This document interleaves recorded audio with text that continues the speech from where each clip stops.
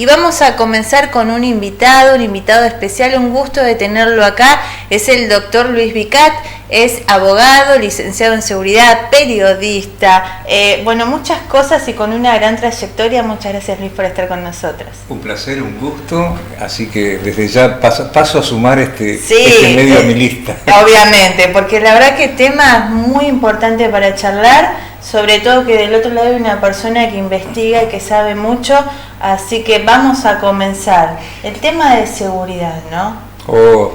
Tema complejo, si los hay. Sí.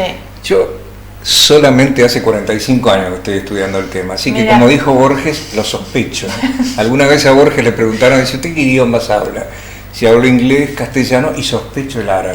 Pero yo sospecho la inseguridad. Sí. Sería soberbio decir que la conozco, pero uno ya se da cuenta cómo es la sinergia del fenómeno y lo que esto permite es la proyección. Es decir, ¿qué va a pasar dentro de...? Eso, viste que yo te dije antes, quiero saber una proyección y también el tema de la prevención, que es tan importante, ¿no? Informar sobre eso. Hay un manual que prometo traerte la próxima vez, un manual de autopreservación urbana de mi autoría, que habla de los 3 principios, es decir, prevención, discreción y protección.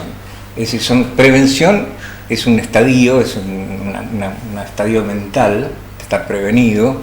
La discreción activa o pasiva, que es este fenómeno de no decir mucho de nosotros, a pesar de que podemos hablar horas y horas, pero no decir, ¿no? Y con esto de las redes sociales es terrible, ¿no? Porque está como todo en nuestra vida, estoy en la costa, estoy en todos lados, la casa está sola. Mira, sobre eso se puede hacer solamente un programa sobre las redes, porque el tema de ponerte de vacaciones, no, es que podemos, desde ya lo ofrezco, tomar un capítulo un día y hoy hablamos de countries, mañana hablamos de prevenciones en los hoteles cuando vamos a ciudades que no conocemos, ¿no? No más del 5º piso, por ejemplo. Ahora que estamos en el verano, la próxima vez que vengas, que va a ser en unos días, vamos a hablar de la seguridad en esto, en el verano, cuando me voy a otras ciudades y cómo dejar todo cuidado. Pero ahora, para no desviarnos, quiero saber qué es esto, que me definas la seguridad, que vos la has estado estudiando y cómo fue creciendo el tema de la inseguridad. La seguridad es ausencia de riesgos, esta es la definición técnica. Bien. No existe, la seguridad es base cero. Ni en Fort Knox existe en Estados Unidos.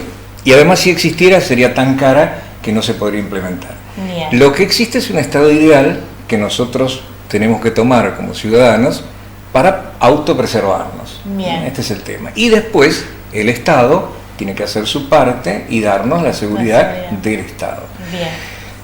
Las dos cosas están en forma embrionaria, a veces imbrican bien, a veces no imbrican tan bien. ¿Cómo van desde los dos lados? ¿Cómo vamos nosotros como población y qué medidas tomamos si vamos bien? Y el Estado, ¿no? Si se ocupa de lo que se tiene que ocupar. El Estado, es decir, nosotros no podemos esperar todo del Estado, sino que en el mientras tanto tenemos que aprender a precavernos y protegernos.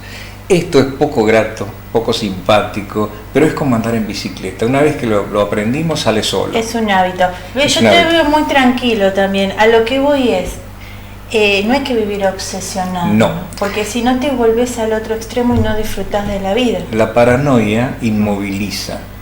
El temor inmoviliza. En cambio, cuando nosotros nos damos cuenta que estamos haciendo cosas por nuestra seguridad, inmediatamente tenemos una sensación de plenitud, si se quiere, porque digo, yo hice todo, coloqué cámaras, puse alarmas, tengo perros, tengo un rol de seguridad familiar con palabras claves.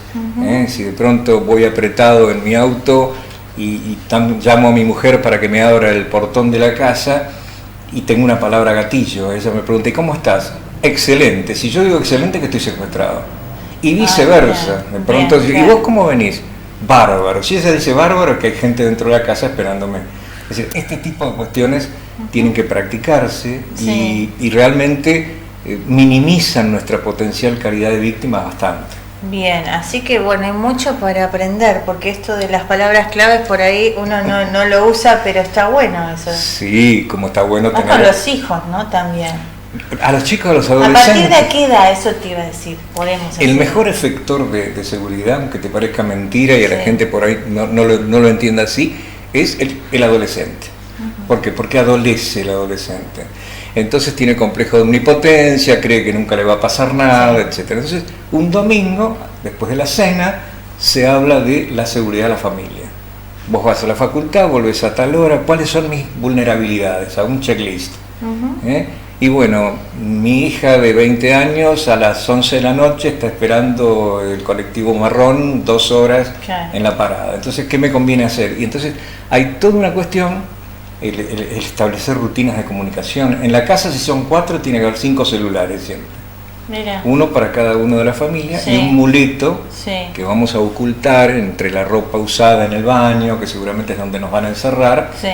Y bueno, yo te cuento que a un presentador televisivo muy famoso que leyó este libro e hizo esto, le encerraron a la señora con los chicos en la casa y la señora con el teléfono muleto llamó al 911. Claro, porque te sacan los que vos tenés, pero no ese que tenés escondido. El lugar donde te vayan a esconder, que vos preveas, ahí tenés que tener un celular más, siempre con crédito y con carga. Bien, importante, anoten, vamos a empezar a anotar de toda esta información porque sí, hay que prevenir. Entonces vos después te podés ir tranquilo, ¿no? De que ante cualquier cosa vas a poder resolver. Nunca con violencia, ¿no? No. Vamos a desterrar eso. Jamás. Es más, hay que saber hablar el lenguaje no verbal. Bien. El lenguaje no verbal es para no enervar al delincuente, al victimario. Porque hay gente que ha muerto por no saber salir del auto, por ejemplo. Sí, claro. No saben bajarse del auto, se interpreta como una reacción ofensiva y se lo mata. Porque también los nervios, el miedo, todo. El victimario también está nervioso o está intoxicado muchas veces. Y entonces lo que venimos viendo con mucha preocupación es que el delito se ha violentizado. Es decir, antes se utilizaba la violencia como instrumento de facilitar el delito. Hoy es una marca de agua el delito. No hay delito que no tenga violencia. Sí, porque además, ¿no? Yo saco el ejemplo de los pobres jubilados, que los matan, los golpean. ¿Qué te puede hacer un jubilado y de qué te vas a tener que defender con una señora de 80 años? Eso ya va más allá, ¿no? Eso tiene otra explicación, que es interesante, porque pasa por la proyección. El delincuente, ante la pasividad de su víctima, de un geronte, una persona de edad provecta, un anciano, ¿qué hace? Ve lo que no quiere ver y entonces golpea su proyección de futuro. Él no quiere ser esa persona, entonces lo aberra, lo golpea, eventualmente lo mata. Es decir, esto explica la violencia sobre los ancianos, que no es una cosa sádica, es una cosa terrible, pero parte de la base de esta proyección. Yo le anulo lo que no quiero ver. ¿Se entiende? Que sí, la verdad que sí, la verdad que buscarle lógica a algo que uno no entendía, porque lo hacíamos decir, ¿qué te vas a defender, pobre anciano, no? El tema también de los niños como madre, yo tengo uno de 16 y uno de 13, y es, si vas por la calle y te roban el celular, no, lo corro. Jamás. Por esto que vos decís, porque se sienten omnipotentes, ¿no? Exacto. No, además hay una reacción que a veces las mismas fuerzas de seguridad la tienen. Es decir, hay que manejar la adrenalina. Uno tiene que aprender a manejar el contenido adrenalínico. Nosotros vemos con preocupación hoy que la violencia está en la calle, en el semáforo. Paraste 2 segundos ante un garage y el dueño de casa, que no iba a salir, sale con un martillo para pegarte en el auto. Ese tipo de cuestiones de la sociedad frustrada son las que hacen que tengamos que preocuparnos por esto, ¿no? ¿Cómo fue creciendo el tema de la inseguridad? ¿A través de los años? Geométricamente.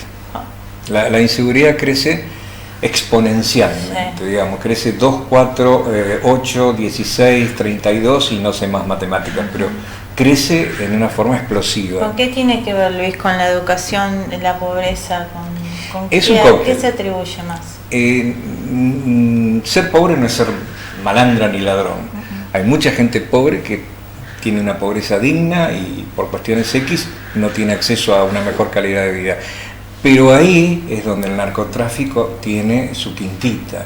En estos chicos frustrados, en estos chicos que no son contenidos, de familias ensambladas mal de pronto, tercera generación de alcohólicos o drogadictos, con una disminución hasta fisiológica, inclusive de un lenguaje acotado, ellos mismos consumidores del paco, y esto crea un cóctel explosivo, y así como hay un refrán malayo que dice que no se puede dialogar con un tigre, no se puede dialogar con alguien que está con Paco encima, ¿no? Sí, tal cual. Vos que vivís Buenos Aires, Tandil, ¿cómo ves Buenos Aires y cómo nos ves a nosotros?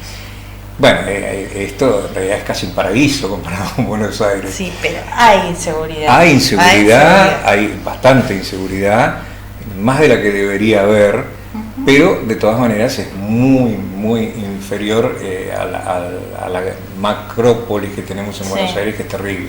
Es difícil de solucionar en Buenos Aires. Acá, con adecuadas políticas de seguridad proactiva, ya no reactiva. ¿A qué llama seguridad proactiva? Seguridad proactiva es trabajar fuertemente sobre los nodos proto y predelictuales antes que el delito se produzca. Tomamos las zonas de riesgo, tomamos las franjas etarias de riesgo. En Brasil Lula hizo mucho al respecto, le ha ido muy bien. Pero tiene que haber investigación previa. Tiene que haber una investigación. Exactamente. Claro. Y se hace lo que se llama inteligencia criminal preventiva. No más patrulleros, porque eso no soluciona el problema. Claro. A lo sumo será una saturación táctica a nivel de operaciones policiales, pero ¿qué van a hacer los ladrones? Se van a otro lado, o esperan que los patrulleros se vayan para delinquir. Lo que hay que hacer es saber, como sabe Doña Rosa, que sabe que a mitad de cuadra hay un kiosquito que atiende a las 3 de la mañana, eso la policía lo tiene que saber. Y hay que decírselo para que se enteren. Si no lo saben. Actúen. Parto de la base de la sana duda. Sí. Como decimos los abogados, el indubio pro reo, ¿no? Parto de pensar que son inocentes. Entonces vamos y les decimos, mire, señor policía, en la esquina venden droga. Entonces, después esperamos, y si no, está la fiscalía. Claro, bien, para que sea todo de manera preventiva. Exactamente, para que se hagan los procedimientos antes de que una vez que se hizo el delito se cometió, ya el sistema fracasó. Sí. Y además, una vez que nuestras medidas propias de autopreservación fracasaron, no hay que intentar resistirse. En el 95% de los casos termina con heridas o muerte. Claro, o sea que son objetos, ¿no? Son cosas. Porque hay una agenización de la víctima, claro. Es decir, la víctima es una cosa, no es un igual, por lo tanto la puedo romper sin ningún tipo de problemas espirituales, digamos así. La mato. Y es más, hay razones técnicas, jurídicas, que hacen que matar primero evita la denuncia y evita el reconocimiento en rueda de personas posterior. Entonces se hace a la brasilera. En Brasil y en Guatemala, Salvador, Nicaragua, matan y roban. Claro, al revés. Claro, se aseguran la impunidad. Se aseguran la impunidad. Bueno, esperemos que esto no llegue acá. Es feo lo que digo, no tendría que estar en ningún lado. No tendría que estar en ninguna parte. Porque somos todas personas, todas iguales, no tendría que estar en ningún lado. ¿Hacia dónde va esto, Luis? Si esto crece exponencialmente... Bueno, va a haber un aumento de la delincuencia. Hay una mutación de la violentización, es decir, la sinergia del fenómeno delictivo hace que el delito crezca y mute. Es decir, va a mutar para peor. Y yo a veces cuando doy charlas en Uruguay siempre les digo lo mismo. Digo, ustedes tienen el espejo de Argentina, miren lo que pasa allá. Si en Argentina les comienzan a cortar la oreja izquierda, cómprense cascos de béisbol que protegen la oreja del batazo, porque van a proteger la oreja. Es decir, uno tiene que mirar lo que está pasando en otras mesas de arena, en otras realidades, para ir tomando las precauciones, ¿no? Es decir, ¿cómo va la situación social en Tandil? De tal manera, tenemos esta perspectiva, va a cerrar esto, no tenemos buena cosecha, preparémonos para lo que venga. Claro. Eso es básico. Bien, o sea que, bueno, acá... Se llama planificación estratégica. Y acá interviene el Estado sí o sí. Sí o sí. Tiene que intervenir en la planificación. Pero ya no táctica. No que el patrullero va a estar y va a dar una vueltita y a la media hora va a volver. Eso es visualmente para que nosotros nos quedemos tranquilos de que estamos protegidos, pero exacto, es visualmente. Hay otras cosas de base que hay que acomodar. La base es planificar estratégicamente y sobre todo a nivel de investigaciones. Entonces, las investigaciones nos van a llevar a los autores o posibles autores a los cuales vamos a tener bajo control, y esto va a permitir que el delito no se produzca. Luis, vos que sos un estudioso en esto, ¿qué partes del mundo, qué países del mundo vos ves que tienen una tasa de inseguridad baja? Holanda. ¿Y por qué? ¿Y por qué nosotros no podemos, por qué el Estado, años luz, ¿no? Pero implementar, ¿no? unas bases más sólidas. Está en la educación.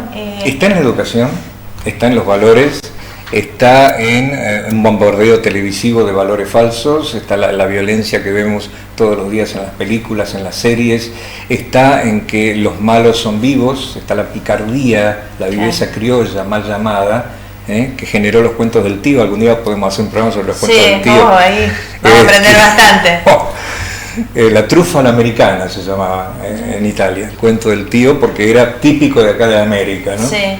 Y realmente hay una serie de factores que coadyuvan a que seamos diferentes a Holanda. En Holanda quizás sean más aburridos, ¿no? Pero alquilan las cárceles porque no tienen presos. Claro, mirá, es una maravilla, ¿no? Acá hacen falta, qué lamentable, me río de los nervios porque me duele, es lamentable.